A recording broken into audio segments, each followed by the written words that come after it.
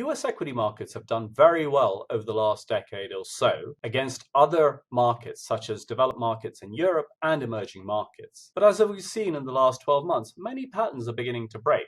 So let's take a look at this one. US equities have performed amazingly well versus the rest of the world in the last decade or so. And they've done this by becoming much more highly rated versus the rest of the world. What I mean by that is their valuation metrics are now much higher. It's almost as if the US is considered to be on a different planet from the rest of the world. Emerging markets in particular have suffered badly, but there might finally be some signs of hope. EM equities have begun to have positive model momentum in QI, and it looks like perhaps EM currencies may have turned the corner against the US dollar, as you can see from this chart. Now, looking at countries specifically, we find a number of the emerging market equities have run ahead of their QI fair model value. So we look to find one that hasn't, and it's India. India is the fastest growing major economy in the world, and with earnings expected to grow at close to 15%.